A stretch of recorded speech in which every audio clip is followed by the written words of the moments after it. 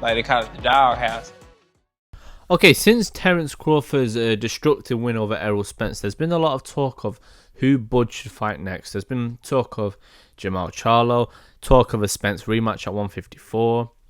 There's been talk of a fight with Boots Ennis. There's been talk of a lot of different fights. And obviously, with Bud, he's currently the best fighter in the world, give or take, with him and Inoue.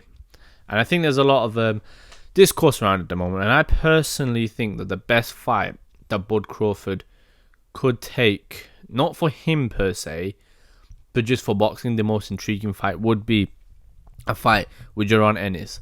However, there does seem to be a lot of belief now after what Bud did, and probably even beforehand, that it would be easy for Bud, or not easy, but he would beat Ennis comfortably and stop him. And they don't believe Ennis is ready for this, or that Boots isn't there yet. And I want to kind of discuss this because it's an interesting fight, this one. If Boots were to fight Bud next, because I have a lot of belief even before the fight with Spence that I feel Boots would have actually beaten Spence, because I felt stylistically, especially the way Spence is now at 147, he's kind of getting weaker, that it probably would have favoured Ennis, that fight. A few fights ago, maybe not, but now I think now most people would agree at 147. I can't really see Spence doing much to Boots. 154, a different story, but I think at this weight now, I think Spence is done. That wasn't the reason he lost to Bud, obviously. I think the reason he lost to Bud was just because Bud was just 1, 2, 3 steps ahead of him. His game plan wasn't right, Spence. But I think at 154, he's a lot stronger. However, I think Boots would have done the exact same thing to him. And honestly, I think he might have put him out sooner. Not because he's a better fighter than Bud, but because he's younger, he's stronger, I think. And he's just naturally, I think he's just bit more explosive than Crawford. Crawford's very athletic, but if you look at him compared to Jaron, and he's at this stage in his career, bear in mind Boots is very young, he's like 25 I think now. I think it'd be a worse fight. But for Crawford and Spence, for Crawford and Ennis, it's an interesting one, because if you'd seen what I said about Boots Ennis before, I think this guy is a generational talent. I think he's one of the most complete fighters I've ever seen. Maybe one of the best complete fighters in boxing today. Can fight from a right, a left. He's a fantastic footwork, powerful, fast hands. When he wants to be defensively, he can be quite slick. The problem is he's been caught a few times when he's trying to knock you out, but for the most part, he's quite slick. Doesn't really, if he decides, he wants to be a bit more safe and doesn't try to knock you out, I think that's when you see his defensive skills on show. And I think personally, as well, he's a fantastic body puncher as well. There's not much he can't do, Ennis. His jab is fantastic, whether it's a right or left. He's the most complete fighter, I think, that Crawford would have ever fought. And I think intriguing fight, this one, because a lot of people don't think he can win it. Some people feel like it might be a bit of a Canelo Mayweather situation, but I actually think Ennis has got a much better chance than what people give him credit for. One, and it's rare in boxing that you ever see two switch hitters fighting each other, but Ennis is as good a switch hitter as I've seen. Crawford is beautiful at switching, like he can transfer power so well from right to left. You saw the knockdown against Spence where he hit him with a 2-1, got him with the left hand and then dropped him with a jab, but the jab obviously is his power hand with the right hand, so he was able to sort of implement that so well. And you can kind of see with Bud, he switches stances so seamlessly and can do it in a way where it doesn't really matter what stance he's in, he'll always catch you with something, which is why he's such a dangerous fighter. And for Boots though, Boots switches seamlessly in while he's fighting. Like, he'll hit you with the overhand right, switch, and then a second later he can hit you with the overhand left. He does it in a way which I feel it's more explosive than Bud's. It's not as subtle, I would say, as Bud's. Bud's is very, very sneaky with it. That's why Crawford's main sort of weapon is catching you coming in. Whereas Boots is a little bit more overwhelming you, being faster than you, being more athletic. And I think there's a lot of things I actually think that Boots does have over Crawford. I think he's the more athletic of the two. I think he hits harder. I'd argue he's probably got faster hands. Even footwork you can put on Boots' side. There's a lot that I actually think Crawford hasn't really got over Ennis. The only thing, I think there's a few things Crawford does have. I think his fight IQ is higher than Ennis.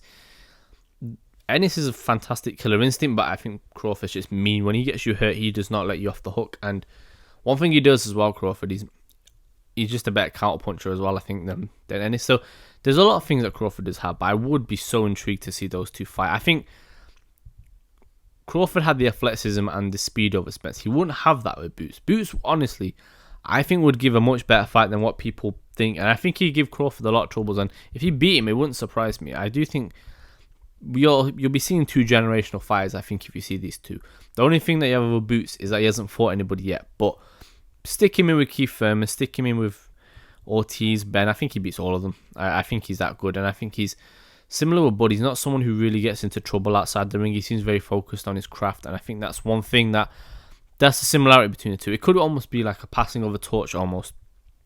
Whether Bud wants to fight, I don't really think it would be make much sense. There's no real risk to reward unless he just wants to fight him, but I think it'd be a lot closer than what people think. I think Boots is one of the most talented fighters in the world, and yes, he occasionally does sort of get hit when he comes in, but I think he does that because he knows the opponent can't hurt him. His chin as well, Ennis, he's taken some shots. He's never been wobbled. He takes a lot of his shots very well, and a guy who is as physically gifted as him, as well as you put the talent and the boxing IQ alongside it, I think there's a lot that Ennis has that would really give Crawford troubles. I think he'd give him more troubles than what Charlo would personally, and I think Charlo's amazing. I think he's very underrated, but I just don't think that this is not an easy fight for Crawford. I think if you look at the way Crawford's able to switch on you, Boots can do that. If you want to look at Crawford's ability to knock you out and catch you, Boots can do that. If you want to look at the footwork, Boots can also do that. This, I think, is a lot closer than people think. I'm not saying I think Ennis would win at this point. I do think it'd be a very hard fight for him. You got a better chance of beating the likes of Spence at the moment, but I don't really see. I don't think this fight is as given as what people make it out to be. People make it out that Boots would just get killed. Trust me, he would put in a very, very good effort. And if this fight were to get made, this would be Boots' first chance as a world title. He's wanted the big fights for so long. I think he's the next one up. I think most people can see that. And I don't really think there's many guys, honestly, who can match his skill level, his work rate, his athleticism, his power, his speed, his footwork. I think he works a lot of guys, and I do think I can see him going up many weights and being a world champion, you know. What he can do. I know people will say he's doing this against lesser fighters, but ultimately, to me, it's not so much about who you beat at times, it's more about what you show me. You know, Spence didn't beat anybody up until he fought Kell Brook, and then he had some trouble, but in the end, he bashed Kell Brook's eye and made him quit.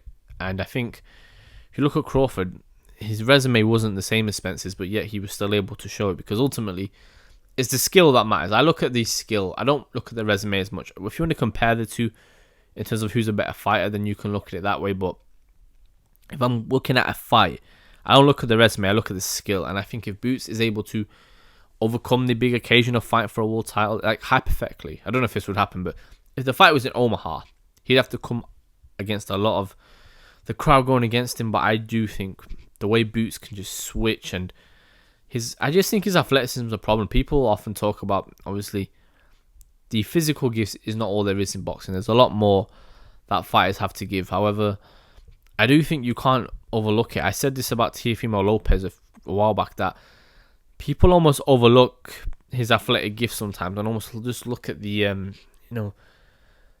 just his performances, and weren't looking, I think, really at what he has and who he's fighting against. And this is why I picked him to beat Josh Taylor. And I also think, if you have a good fighter who is maybe not the most athletic versus a good fighter versus someone who is athletic, it will help a lot. I think, Sean Porter said he's like the welterweight Roy Jones Jr. Boots is a special fighter. Don't get this twisted. As good as Bud is, Boots is very, very good. And I think this fight would be very, very intriguing to watch. Stylistically, I think it's, a lot closer than people would care to admit. Everybody's riding Bud, and rightly so, because he has done something that has never been done before.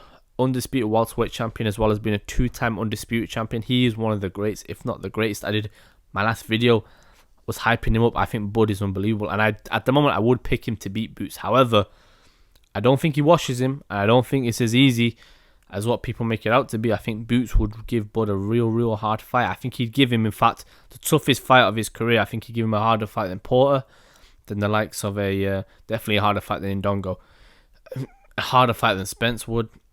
What Spence gave him, harder than Brook, harder than Khan, Jeff Horn, all these guys at 147 who tried to challenge him and didn't do anything.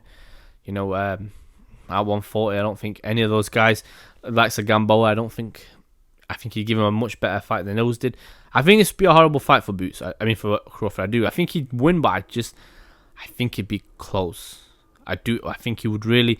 It'd be a little bit like Anthony Yarde and Kovalev, maybe, in that sense, where Boots kind of puts it on him, but just isn't able to really get over the line. Or maybe Boots will show how special he is and knock Crawford out. It'd be a hard ask, but two great fighters, honestly. I think this would be such an intriguing fight. And I'd love to see it next. I don't think it will happen next, but I think people saying that Crawford would kill him, it would be easy. Obviously, Crawford's going to believe that because he is the best in the world and he has to have that confidence. But I don't believe personally that that this fight is at all a gimme the way people are making it out to be. So yeah, I just want to make my thoughts clear. I think Boots is a very, very hard fight for Crawford. And yeah, just my thoughts. I'd love to see Crawford and Boots next. I don't think it will happen. I think Boots is better off fighting somebody who's a bit more of a Furman. I don't think he'll fight him though. I don't think there's much. Not many people want to fight Ennis because they don't really see the risk to reward. But personally, I love to see him against any of these top welterweight contenders. If not, I'd love to see him against Bud. I think if you're Bud, I don't think you fight Ennis at the moment because there's nothing really much, no advantage to fighting him. But I think if Bud beats him, it only enhances his legacy, and especially if Boots can go on to become a multiple weight world champion, if he can do what Bud did, almost got a few divisions, it makes his legacy look even better. A little bit like Floyd and Canelo. People will look at Floyd and Canelo, and that win for Floyd age is so much better now than what it would have done maybe if Canelo had never become something. But Canelo learned from that fight and became even better. Who knows? If Boots fights Bud and loses, he may end up becoming better. And if he wins, then he is just as good as I and a lot of people think he is. So I'd love to see that fight as a boxing fan, but like I said, just hesitant to see if it will really happen. But yeah, just my thoughts on Boots Crawford. A great fight. I'd love to see in the future. And yeah, until next time.